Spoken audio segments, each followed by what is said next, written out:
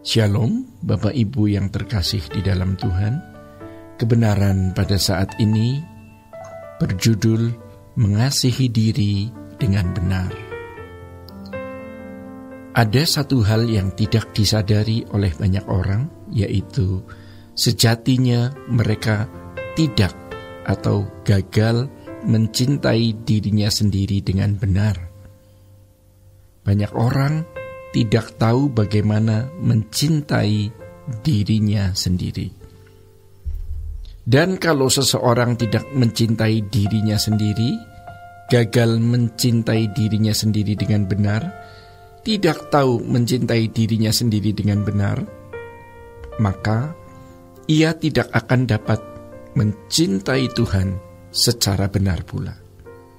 Dan kalau seorang tidak mencintai Tuhan, maka dia tidak mengasihi, tidak bisa mencintai sesamanya dan karya ciptaan Allah ini. Ini adalah realitas kehidupan yang dijalani banyak orang.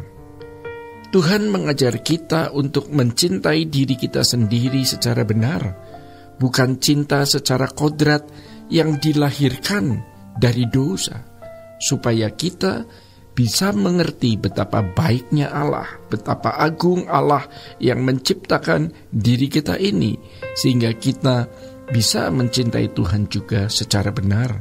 Dan kemudian pasti kita bisa mencintai sesama dan karya ciptaannya alam ini.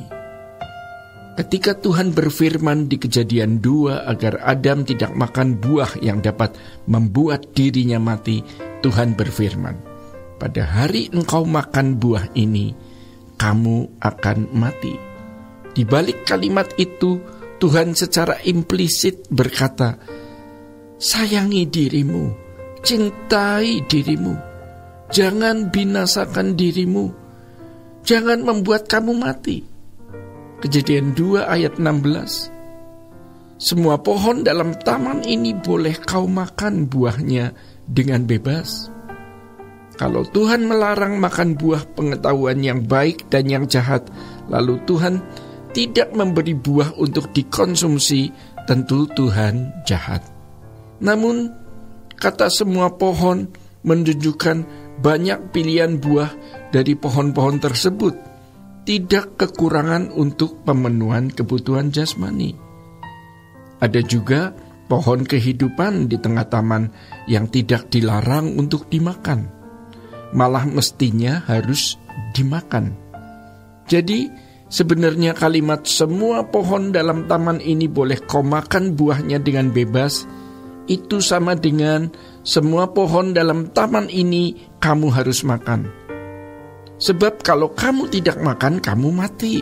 Yang pertama, buah secara fisik seperti rambutan, mangga, pisang, dan lain sebagainya. Yang kedua, buah untuk jiwa, yaitu pohon kehidupan, harus dimakan. Sebab kalau tidak kita makan, kita akan mati. Tetapi ketika Adam memilih pohon pengetahuan tentang yang baik dan yang jahat, matilah dia. Dia tidak makan secara benar pohon kehidupan atau buah dari pohon kehidupan. Adam malah mengonsumsi buah pengetahuan tentang yang baik dan jahat. Dia tidak kasihan dengan dirinya sendiri. Bapak Ibu, kalau kita membaca Kejadian 3 ayat 23, itu merupakan kisah yang paling tragis, ya. Seperti ini. Lalu Tuhan Allah mengusir dia dari Taman Eden. Tuhan menghalau manusia itu, dan di sebelah timur Taman Eden ditempatkannya lah beberapa kerub dengan pedang yang bernyala-nyala dan menyambar-nyambar untuk menjaga jalan ke pohon kehidupan. Sekarang buah dari pohon kehidupan ini dihadirkan, yaitu Tuhan Yesus yang mengajarkan firman Allah. Itulah buah pohon kehidupan. Tapi manusia, termasuk orang Kristen, lebih banyak melihat gadgetnya, lebih banyak mendengar suara manusia, lebih banyak menginput apa yang bukan dari Allah. Padahal firman Tuhan jelas mengatakan bahwa manusia hidup bukan hanya dari roti. Kalau soal makanan jasmani, kita pasti mengerti dengan baik. Tetapi untuk pertumbuhan jiwa, apa yang kita konsumsi? Seharusnya firman yang keluar dari mulut Allah yang harus kita dengar setiap hari. Bukan sekedar membaca Alkitab yang kalau dikonsumsi tanpa Roh Kudus hanya membuat seseorang jadi teolog dan sombong. Apakah kita akan meneruskan kehidupan di kehidupan jilid 2 nanti? Atau kita hanya mengakhiri di kuburan setelah itu terpisah dari Allah sampai selama-lamanya? Semua tergantung kita. Apakah kita sayang diri sendiri atau tidak? Jangan sampai kita ditipu iblis. Makan buah ini, maka kamu akan senang, akan seperti Allah. Kamu akan beruntung dan lebih bahagia, lebih lengkap. Hal itu membuat Adam mati, Bapak Ibu. Sama, hari ini setan memberi kita banyak kesibukan dan kesenangan agar kita tidak berurusan dengan Tuhan. Sehingga jarang kita mendengar suara Tuhan atau hampir tidak pernah.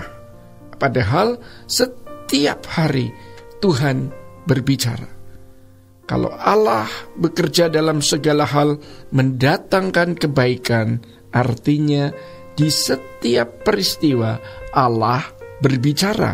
Maka kita harus punya ruangan yang cukup untuk mendengar Tuhan bicara.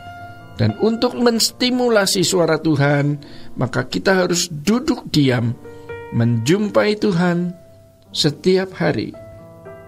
Bapak Ibu yang terkasih di dalam Tuhan, demikian kebenaran pada saat ini. Tuhan Yesus memberkati. Sola Gracia.